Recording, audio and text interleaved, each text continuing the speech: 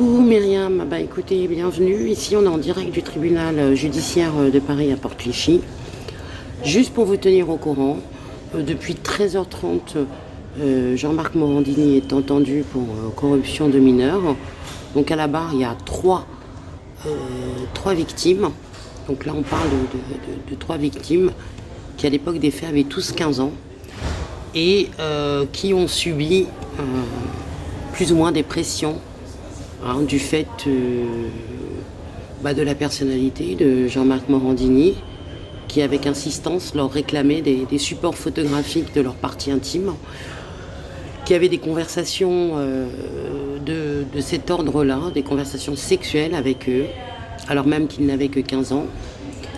Les parties civiles sont également représentées par des associations telles que Enfance en danger. Elles sont défendues par plusieurs avocats. Il y a les parties des avocats des avocats des parties civiles, puis les avocats des victimes. On a entendu, moi j'ai pu entendre le témoignage d'une des victimes dont le prénom commence par F, qui était en pleurs, qui aujourd'hui, je pense qu'il a plus de 20 ans, puisque les faits se sont déroulés entre 2009 et 2016. Donc c'est voilà, entre 2009 et 2016. Donc aujourd'hui, c'est des victimes qui sont adultes. En tout cas, ce jeune homme, il était totalement perturbé.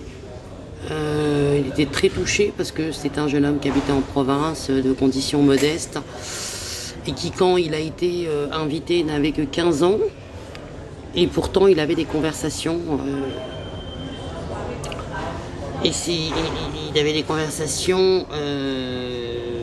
Jean-Marc Morandini avait des conversations d'ordre sexuel avec lui, et il insistait pour obtenir des photos. Il y a des histoires de casting au cours desquelles il faudrait se présenter nu. Il y a tout un tas de choses, on a pris des notes. Nadia, elle est restée à l'intérieur, je vais essayer de l'attendre pour qu'on puisse débriefer à la sortie.